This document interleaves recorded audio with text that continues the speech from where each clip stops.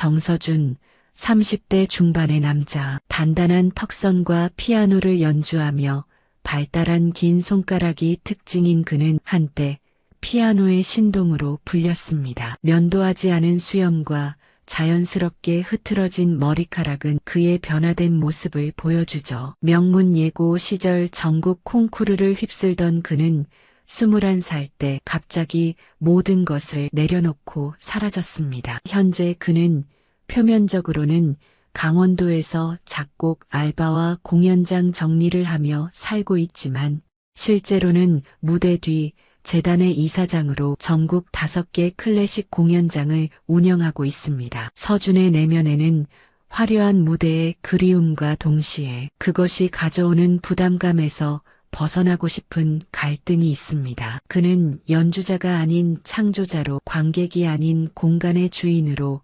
음악을 경험하고 있습니다. 이 밤 15주년 동창회에 참석한 그의 목표는 간단합니다. 자신이 떠난 후 동창들이 자신을 어떻게 기억하는지 관찰하고 진정한 성공이 무엇인지 확인하는 것. 누더기 청바지와 오래된 코트는 그의 실험이자 도전장이었습니다. 오늘의 이야기 시작합니다. 그 전에 잠깐 구독과 좋아요 눌러주시면 복 받으실 거예요. 화려한 조명이 비추는 서울 강남의 고급 연회장. 유리 샹들리에가 천장에 매달려 반짝이고 대리석 바닥은 형형색색의 빛을 은은하게 반사합니다. 복도를 따라 걸어오는 한 남자의 발걸음이 느껴집니다. 정서준, 30대 중반의 남자. 누더기 청바지에 오래된 코트를 걸치고 있네요. 그의 입가에는 희미한 미소가 맴돌고 있었습니다. 연회장 안으로 들어서자 화려한 옷차림의 사람들 사이로 묘한 정적이 흐릅니다. 서준은 천천히 걸음을 옮기며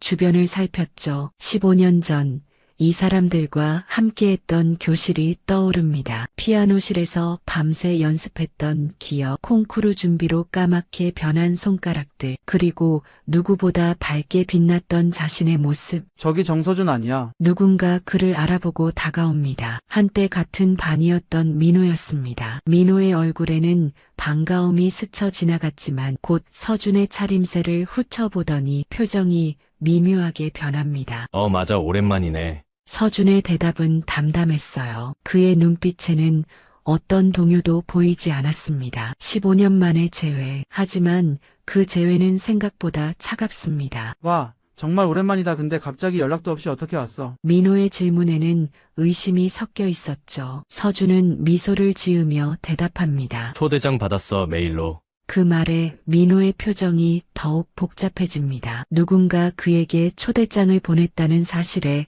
놀란 듯 했습니다. 서준은 아무렇지 않게 주변을 둘러보았어요. 예전에 알던 얼굴들이 하나둘 눈에 들어옵니다. 모두 화려한 옷차림과 자신감 넘치는 표정으로 자리를 지키고 있었죠. 저기 구석에 자리 있네. 거기 앉을게. 서준은 조용히 말하고는 연회장 가장 구석진 테이블로 향했습니다. 민호는 잠시 그를 바라보다가 다른 친구들에게 돌아갔어요. 서준이 지나가는 길목에서 수군거림이 들려왔습니다. 저 사람 정서준 맞지? 그 피아노 천재. 와, 저렇게 됐네. 서준은 그 소리를 모두 들었지만 아무 말 없이 구석 테이블에 자리를 잡았습니다. 창밖으로 보이는 서울의 야경이 그의 눈에 비춰집니다. 15년 전 그는 이 도시에서 가장 빛나는 존재였지만 지금은 그저 구석에 앉아 모든 것을 지켜보는 관찰자가 되었네요. 서준은 구석 테이블에 홀로 앉아 와인 한 잔을 천천히 돌리고 있었습니다. 눈으로는 한때 같은 꿈을 꾸던 동창들을 바라보고 있죠. 모두 화려한 성공을 거둔 듯한 모습이었습니다. 유명 오케스트라 단원, 유명 음악학교 교수, 대형 기획사 프로듀서. 그들은 자신의 이력을 자랑스럽게 이야기하며 웃음꽃을 피우고 있었어요. 정서준이 정말 왔네. 수군거림이 연회장 곳곳에서 들려옵니다. 서준은 그 소리를 들으면서도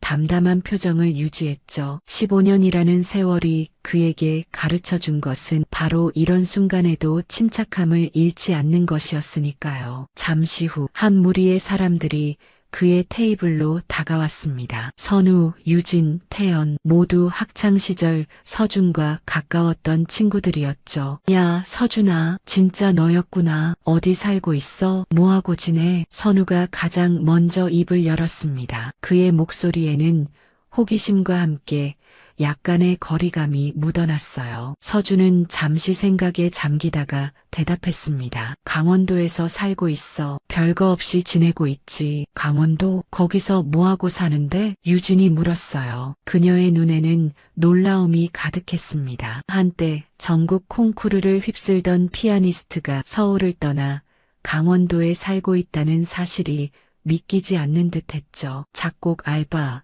공연장 정리 같은 거. 서준의 대답은 간결했습니다. 그의 차분한 어조에는 자신의 현실을 부끄러워하는 기색이 전혀 없었어요. 오히려 평온함마저 느껴졌습니다. 그 말을 들은 친구들의 표정이 미묘하게 변했어요. 태연이 갑자기 웃음을 터뜨렸습니다. 진짜 예술가 낭만인의 서울에서 잘 나가는 것보다 그게 더 의미 있을지도 모르지. 그의 말투에는 분명 조롱이 섞여 있었습니다. 서준은 그저 미소를 지을 뿐이었어요. 15년 전의 서준이었다면 상처받았을 테지만 지금의 그는 달랐습니다. 회비 10만 원 낼 수 있어? 아니면 내가 대신 내줄까? 선우가 웃으며 말했어요. 그 말에 다른 친구들도 키득거렸습니다. 괜찮아. 그 정도는 있어. 서준은 담담하게 지갑에서 돈을 꺼내 테이블 위에 올려놓았습니다. 그것은 단순한 회비 지불이 아니라 그가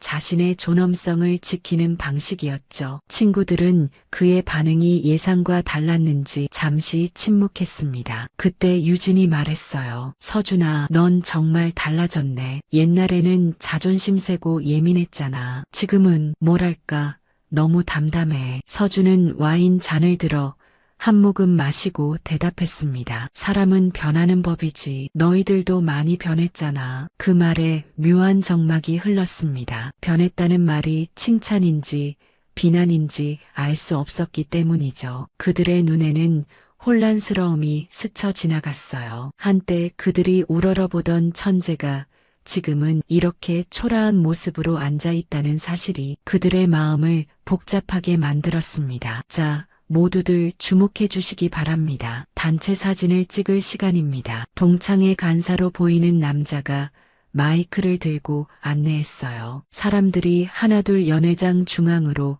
모여들기 시작했습니다. 서준은 그대로 자리에 앉아 그들을 바라보고 있었죠. 아무도 그에게 오라고 손짓하지 않았습니다. 마치 그가 거기 없는 것처럼 행동했어요. 서준은 천천히 자리에서 일어났습니다. 와인 잔을 테이블 위에 내려놓고 사진을 찍는 무리를 향해 걸어갔어요. 사람들이 웃고 떠들며 자리를 잡아가는 동안 그는 조용히 가장 뒷줄 구석으로 걸어갔습니다. 그 모습이 너무나 자연스러워서 마치 오랜 시간 그곳이 그의 자리였던 것처럼 느껴졌죠. 하나, 둘, 셋, 치즈. 플래시가 터지고 사진이 찍혔습니다. 그 순간에도 서준의 얼굴에는 평온한 미소가 머물러 있었어요. 사진을 찍은 후 사람들은 다시 삼삼오오 모여 이야기를 나누기 시작했습니다. 아무도 서준에게 다가오지 않았죠. 서준은 다시 구석 테이블로 돌아갔습니다. 그가 앉은 자리에서는 15년 전 학창시절의 사진들이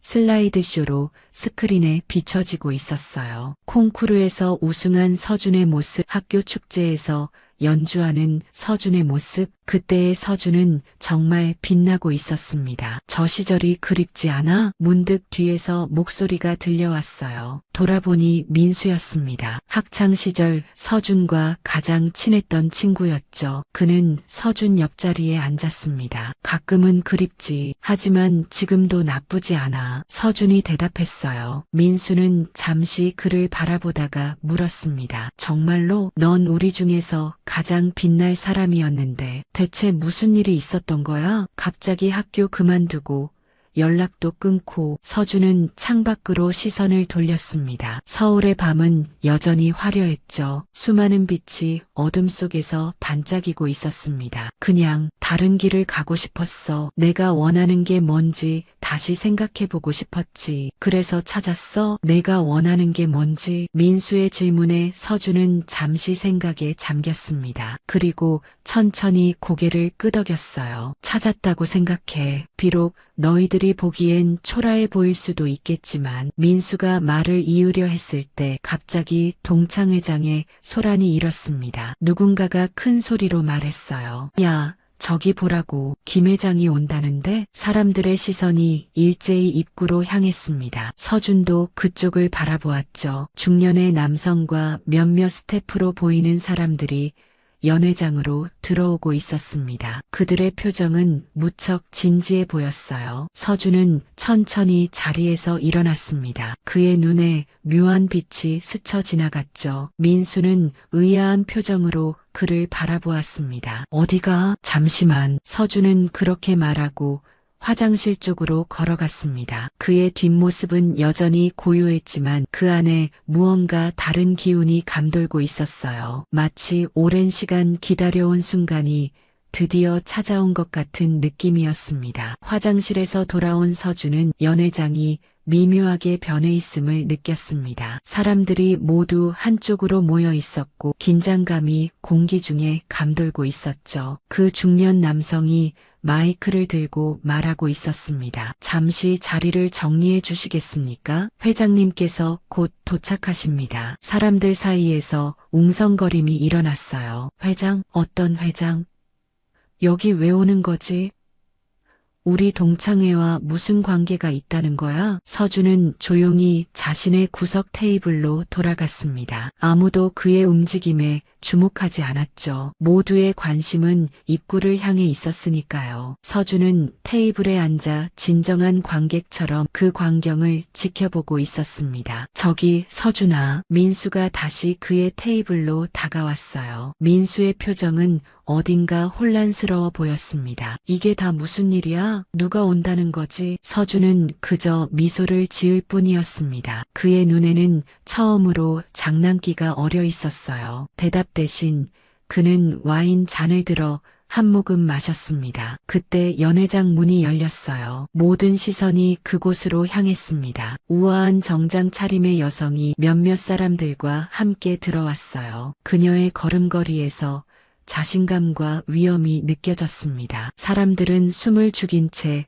그녀를 바라보았죠. 중년 남성이 그녀에게 다가가 무언가 속삭였습니다. 여성은 고개를 끄덕이고는 주변을 둘러보았어요. 그리고 그녀의 시선이 구석 테이블에 앉아있는 서준에게 향했습니다. 그녀는 미소를 지으며 서준이 있는 테이블로 걸어왔어요. 연회장의 모든 사람들이 그 광경을 지켜보고 있었습니다. 누구도 이해할 수 없는 상황이 펼쳐지고 있었죠. 여성은 서준 앞에 서서 공손하게 인사했습니다. 서준 대표님, 이렇게 찾아와 주셔서 감사합니다. 바쁘신데 시간 내주셔서 정말 감사드립니다. 그 말에 연회장 전체가 얼어붙었어요. 서준 대표님이라니. 그들의 얼굴에는 혼란과 충격이 스쳐 지나갔습니다. 방금 전까지 알바생이라고 비웃던 사람을 향해 재계의 거물이 이렇게 존경을 표하다니. 서준은 담담하게 대답했어요. 아닙니다. 제가 감사할 일이죠. 음악홀 리뉴얼 건은 내일 자세히 검토하겠습니다. 여성은 고개를 끄덕였습니다. 좋습니다. 그럼 내일 뵙겠습니다. 짧은 대화였지만 그 여파는 엄청났습니다. 여성이 자리를 떠난 후 연회장에는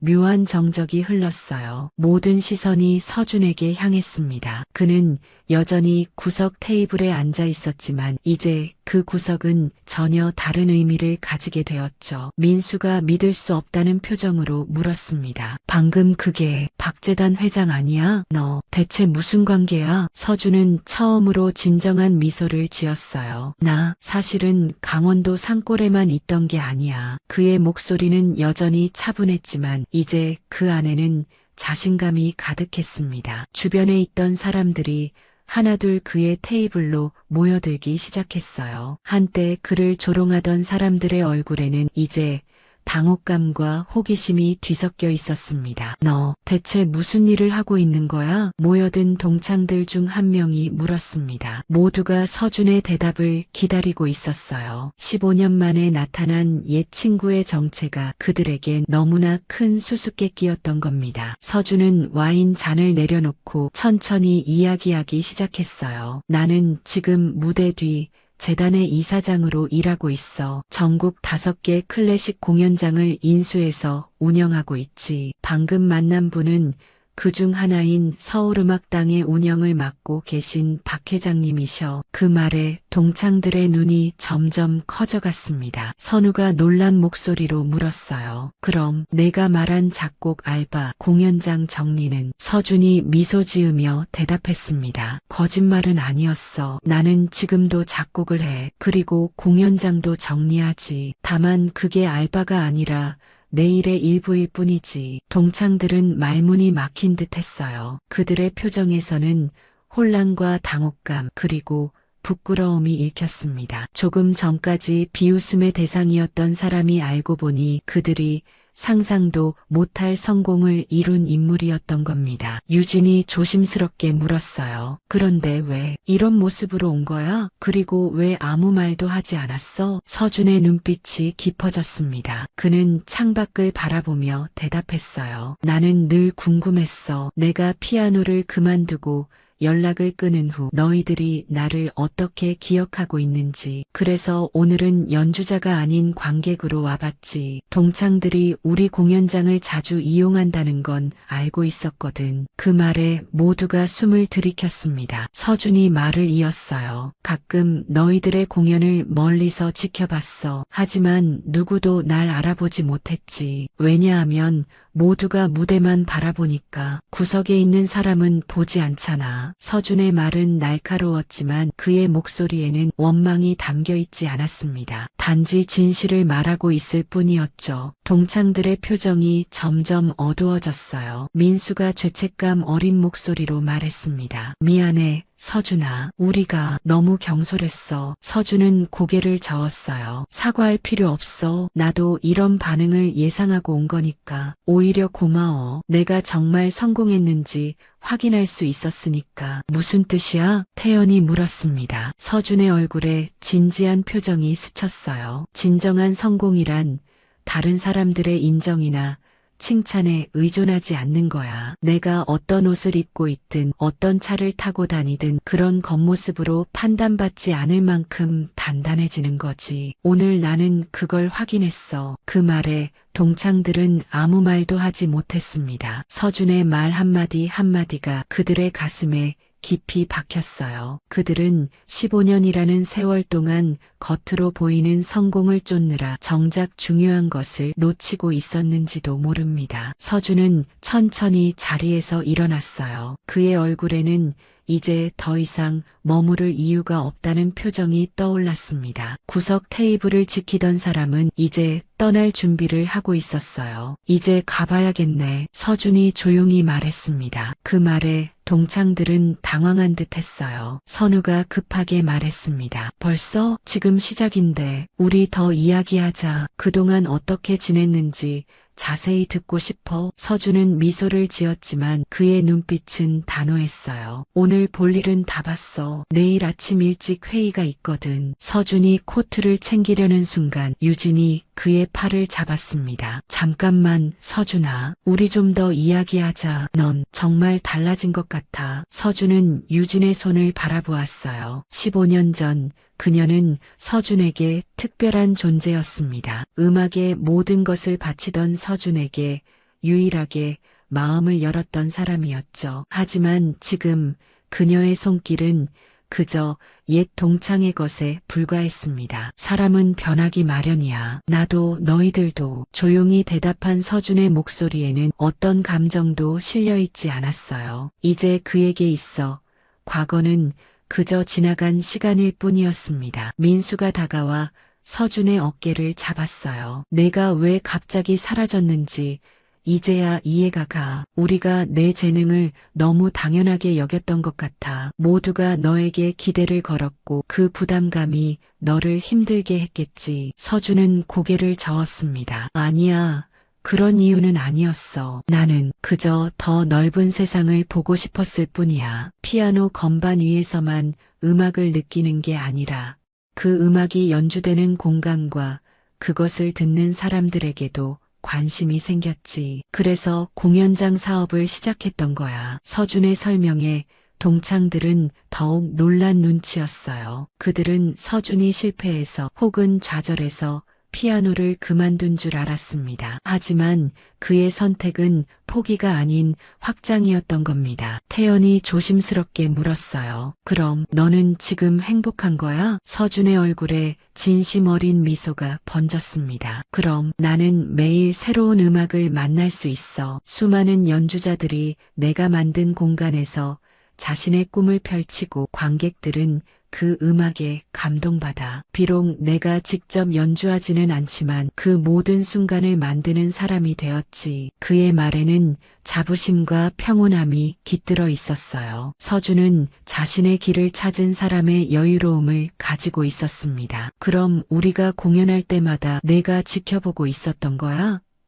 선우가 물었어요. 서준은 고개를 끄덕였습니다. 가끔은 특히 중요한 공연이 있을 때면 멀리서 지켜보곤 했어. 너희들이 성장하는 모습을 보는 것도 의미 있었으니까. 동창들의 얼굴에는 복잡한 감정이 스쳐 지나갔어요. 그들이 무대 위에서 빛날 때 서준은 언제나 그림자 속에서 그들을 지켜보고 있었다는 사실. 그것은 그들에게 묘한 감동과 동시에 부끄러움을 안겨주었습니다. 서준은 테이블 위에 와인 잔을 정리하고 조용히 말했어요. 이제 정말 가봐야겠어. 오늘은 의미 있는 시간이었어. 연회장 입구로 향하는 서준의 뒷모습을 바라보며 동창들은 말없이 서 있었습니다. 15년 만의 재회가 이렇게 끝나버리는 것이 아쉬웠지만 누구도 그를 붙잡을 용기가 없었어요. 그들의 마음속에는 이미 부끄러움과 후회가 가득했으니까요. 서준이 출구에 거의 다다랐을 때 갑자기 민수가 앞으로 나섰습니다. 서준아, 잠깐만. 서준이 걸음을 멈추고 돌아보았어요. 민수는 급하게 다가와 그의 앞에 섰습니다. 다시 만날 수 있을까? 이렇게 헤어지는 건 너무 아쉬워. 서준의 얼굴에는 복잡한 감정이 스쳤습니다. 그는 잠시 생각에 잠기더니 대답했어요. 내가 다시 올지는 모르겠어. 하지만 너희들은 언제든 내 공연장에 올 수 있지. 음악을 통해 만나는 게 우리에게는 더 자연스러울 테니까. 그 말에 민수의 눈시울이 붉어졌습니다. 그제서야 그는 깨달았을지도 몰라요. 서준에게 있어 음악은 결코 떠난 적 없는 동반자였다는 것을, 단지 그 형태가 달라졌을 뿐이라는 것을. 고마워, 서준아. 그리고 미안해. 민수의 말에 서준은 담담하게 미소 지었습니다. 미안할 것 없어. 오늘 이 기억은 내게 오래 남을 것 같아. 그렇게 말한 서준은 천천히 고개를 돌려 다른 동창들을 바라보았어요. 그들은 여전히 멀찍이 서서 이 광경을 지켜보고 있었습니다. 서준은 그들을 향해 가볍게 손을 들어 인사했어요. 그것은 작별 인사이자 어쩌면 화해의 제스처였는지도 모릅니다. 그럼 이만. 서준이 말하고 연회장을 나섰습니다. 그가 떠난 후 동창들은 서로를 바라보았어요. 아무도 말을 꺼내지 못한 채 그들의 눈빛만이 서로의 마음을 읽고 있었죠. 잠시 후 유진이 바에서 와인을 한 잔 들고 와 테이블에 앉았습니다. 서준이 앉아있던 바로 그 자리였어요. 여러분, 우리가 그동안 무엇을 위해 살아왔는지 생각해봤어? 유진의 질문에 모두가 침묵했습니다. 그녀는 와인 잔을 천천히 돌리며 말을 이었어요. 나는 늘 인정받기 위해 살았어. 더 좋은 오케스트라에 들어가기 위해, 더 큰 무대에 서기 위해. 하지만 서준을 보니 문득 내가 진짜 원하는 게 뭔지 모르겠더라. 태연이 한숨을 쉬며 자리에 앉았어요. 나도 마찬가지야. 남들에게 보이기 위한 성공만 쫓다 보니 정작 내가 음악을 왜 시작했는지 잊어버렸어. 선우도 그들 곁에 앉았습니다. 서준이 그렇게 살고 있을 줄은 정말 몰랐어. 그 자유로움이 부럽더라. 우리는 모두 성공이라는 틀에 갇혀 있었는데 그는 그 틀을 깨고 자기만의 길을 찾았잖아. 민수가 깊은 생각에 잠겨 말했어요. 서준이 말했던 게 생각나. 진정한 성공은 다른 사람들의 인정이나 칭찬에 의존하지 않는 것이라고. 그 말이 계속 머릿속에 맴돌아. 그들의 대화는 계속되었습니다. 서준이 떠난 자리에서 동창들은 자신들의 삶과 음악 그리고 진정한 성공의 의미에 대해 깊이 이야기하기 시작했어요. 그들의 표정에는 더 이상 과시와 허영이 아닌 진지함과 성찰이 깃들어 있었습니다. 어쩌면 오늘의 만남은 서준뿐만 아니라 그들 모두에게 중요한 전환점이 될지도 모릅니다. 빛나는 무대 위가 아닌 구석에서 바라보는 시선이 얼마나 넓고 깊을 수 있는지 깨닫게 된 순간이었으니까요. 연회장을 나선 서준은 선선한 밤 공기를 맞으며 천천히 걸음을 옮겼습니다. 고급 호텔 로비를 지나 바깥으로 나가는 동안 그의 마음은 이상하게 가벼웠어요. 마치 오랫동안 짊어지고 있던 무언가를 내려놓은 것 같은 기분이었습니다. 밖에는 그의 차가 기다리고 있었죠. 평범한 국산차였습니다. 화려함과는 거리가 먼 실용적인 차량이었어요. 서준은 차에 타기 전 잠시 하늘을 올려다보았습니다. 서울의 밤하늘에는 별이 보이지 않았어요. 너무 많은 빛 때문에 가려진 별들. 하지만 그는 알고 있었습니다. 별들은 여전히 그곳에 있다는 것을. 차에 올라탄 서준은 깊은 숨을 내쉬었습니다. 오늘의 만남은 그에게도 쉽지 않은 도전이었어요. 15년 동안 피해왔던 얼굴들을 한꺼번에 마주하는 것은 생각보다 더 큰 용기를 필요로 했으니까요. 서준은 차의 대시보드 위에 놓인 악보 한 장을 집어들었습니다. 혼자가 아닌 연주라는 제목이 쓰여 있었어요. 그가 오랫동안 작업해온 곡이었습니다. 그는 악보를 펼쳐보았죠. 악보 위에는 그의 손글씨로 빽빽하게 음표들이 채워져 있었습니다. 이제 완성해야 할 때인가. 서준은 중얼거렸어요. 그는 오랫동안 이 곡을 마무리하지 못했습니다. 마지막 몇 마디가 늘 그를 괴롭혔죠. 하지만 오늘 그는 갑자기 그 결말이 보이는 것 같았습니다. 서준은 핸드폰을 꺼내 짧은 메시지를 보냈어요. 홀 리뉴얼 계획에 작은 변화가 있을 것 같습니다. 내일 회의 때 말씀드리겠습니다. 메시지를 보낸 후 그는 차에 시동을 걸었습니다. 목적지는 강원도가 아닌 서울 외곽에 있는 그의 작업실이었어요. 오늘 밤 그는 그 곡을 완성하고 싶었습니다. 한편 연회장에 남겨진 동창들은 여전히 깊은 대화를 나누고 있었어요. 그들의 대화는 점점 더 진지해졌고 음악을 향한 본래의 열정에 대해 이야기하기 시작했습니다. 우리가 왜 음악을 시작했는지 기억해? 유진이 물었고 다들 각자의 이야기를 나누기 시작했습니다. 처음 피아노를 접했을 때의 설렘, 첫 무대에 섰을 때의 떨림, 그리고 무엇보다 음악 그 자체의 아름다움. 그들은 오랜만에 자신들의 원점을 돌아보고 있었어요. 그때 민수가 피아노가 있는 쪽을 가리켰습니다. 저기 봐, 피아노 위에 뭔가 있어. 모두가 그쪽을 바라보았어요. 연회장 한쪽에 있던 그랜드 피아노 위에 종이 한 장이 놓여 있었습니다. 그들은 다가가 그것을 살펴보았죠. 악보였습니다. 제목은 혼자가 아닌 연주였어요. 이건 서준이 남긴 건가? 선우가 물었습니다. 유진은 악보를 집어들어 자세히 살펴보았어요. 이건 서준의 필체야. 분명해. 유진은 피아노 앞에 앉아 악보대에 그 악보를 올려놓았습니다. 그리고 천천히 연주하기 시작했어요. 아름답고 서정적인 멜로디가 연회장에 퍼졌습니다. 그 음악은 마치 서준의 이야기를 들려주는 것 같았어요. 고독과 상처, 그리고 그것을 넘어선 평온함과 자유로움, 그 모든 것이 음표 속에 담겨 있었습니다. 하지만 곡의 마지막 부분은 비어 있었어요. 마치 누군가가 채워주기를 기다리는 것처럼. 마지막이 없어. 유진이 말했습니다. 그때 민수가 조용히 대답했어요. 아마도 이 곡의 결말은 우리 모두가 함께 만들어가야 하는 건지도 몰라. 그 말에 모두가 고개를 끄덕였습니다. 서준이 남긴 악보는 단순한 음악이 아니라 그들에게 던진 메시지였던 겁니다. 혼자가 아닌 함께 연주하는 삶에 대한. 밤이 깊어갈수록 연회장은 조용해졌습니다. 하지만 그곳에 남겨진 사람들의 마음속에는 새로운 음악이 울리기 시작했어요. 화려한 무대 위의 독주가 아닌 서로의 소리에 귀 기울이는 합주. 서준이 그들에게 가르쳐준 진정한 혼자가 아닌 연주의 의미를 이제야 이해하기 시작한 것이었습니다. 한편 서울 외곽의 작은 작업실에서 서준은 악보의 마지막 부분을 완성하고 있었습니다. 창문 너머로 비치는 달빛 아래 그의 얼굴에는 평온한 미소가 어려 있었어요. 이제 완성이다. 그렇게 중얼거린 서준의 눈에는 희망의 빛이 어려 있었습니다. 구석에 머물던 사람이 마침내 자신의 진정한 자리를 찾은 것처럼 그의 음악도